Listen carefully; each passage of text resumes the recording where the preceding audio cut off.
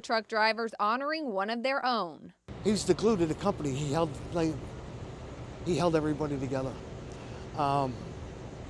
He's just an all-around great guy, and we're going to miss him dearly.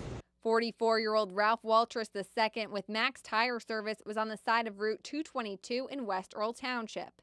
He was getting ready to tow 46-year-old Robert Buckwalter Jr.'s broken-down car. We have lawyers, CEOs, professional skating, and then we have the young kids who are just learning how to do it, and they're learning from the experienced skaters. It's so cool to see. Skateboarders have a new safe place to shred in Dauphin County. The Steelton Skate Park, the only skate park within the county. Really going to be exciting to see all the people come back. We have some of the original coaches coming back, some of the players from the very first teams. So it's going to be really neat to have them come back here and see what we have going on currently. Now we start with a special anniversary at Anvil Cleona, 50 years of Dutchman football. Check out the gold sticker on the helmet to commemorate the half century. First drive of the game against Hanover, Anvil Cleona's running back Dominic McMillan runs it in for the touchdown. Student section dressed up like construction workers. Build a champion is their motto. Next drive, Hanover quarterback Camden Mumma drops back, throws that quick pass to Kadani Hidalgo for a nice 15-yard pass, but that's about all they can muster. They go back to McMillan, who gets some workman-like effort on this play. And the Dutchmen going to win this one at a close one, 21-14. Well, police in York tonight investigating a deadly shooting. This happened around 8:15 in the area of South Penn Street and West College Avenue. Neighbors say they heard several gunshots. The York County coroner was called to the scene. No word on any suspects. And also in York, police respond to the scene of a deadly motorcycle crash. This happened around 6:30 on the 600 block of East Philadelphia Street near Franklin Street.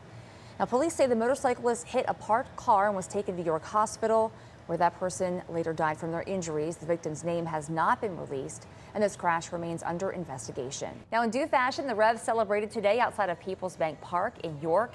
Dedicated fans cheered on the new champs and proudly displayed the championship trophy. It was a close game. The Revs came back to win 3-2 and swept the Long Island Ducks in Game 3 of the championship series. Now, many of the players will return to their home state, so it's a bittersweet time for many host moms. I'm mixed emotions because I'm happy we won the championship, but I'm, sad that the ball players will be leaving us, especially my host son, or my adopted son, I should say. Conestoga Valley and Solanco may be rivals on the football field tonight, but they're also collaborating in a food drive to benefit those less fortunate. Competing on the field, working together off of it to collect food and donations for those less fortunate. I don't think people realize the amount of poverty in Lancaster County, so this is a great way to raise awareness. Anything we can do to get youth involved, so the football teams, cheerleaders, bands, they've all been collecting food for us. The schools are working to white out hunger, with donors getting a white t-shirt with their school's colors and reduced admission to tonight's game. Donegal, Columbia, both searching for their first victories of the year. Donegal already up 48-zip at the half. Indians defense doing their part. They meet the running back in the backfield several times. Same story on this play. Donegal's defense again stuffing the run with no problem.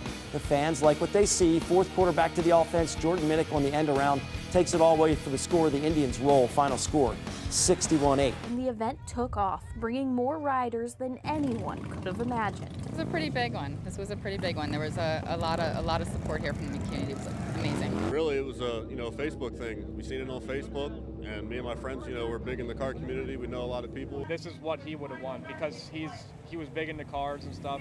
Even though he wasn't young enough to, or he was too young to drive, he still was in the cars. Riders also revved their engines to spread the message, don't be a distracted driver. Emergency officials in Pennsylvania are shipping out of Harrisburg. 10 people from Pima and the Department of Conservation and Natural Resources head to New Jersey to operate out of a warehouse to distribute supplies to places affected by Irma.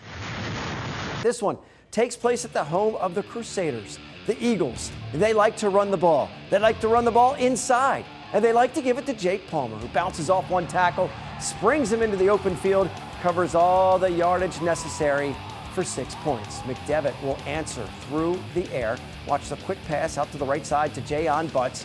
He will break free, then nothing but daylight in front of him, and he will score. But Cumberland Valley can score on offense. They're also dangerous on special teams. Take a look at this play right here. The kickoff will come to Palmer again. He'll handle the ball and then watch the play develop. One Crusader goes on the ground. Charlie Catcher's in the lead if needed. Just one last little block right there, and Palmer is gone. The Eagles take this game 49-23. 3 models of hybrid electric vehicles on display today at the state's capitol as officials launch the Commonwealth's Hybrid Electric Vehicle Pilot Program. Under the program, 25 hybrid and electric vehicles will be dispersed among the Department of General Services, the Department of Conservation and Natural Resources, and the Department of Environmental Protection. Officials say the idea is to protect the environment as well as lower the state's fuel costs. We're excited that this is part of our sustainability initiative at DCNR.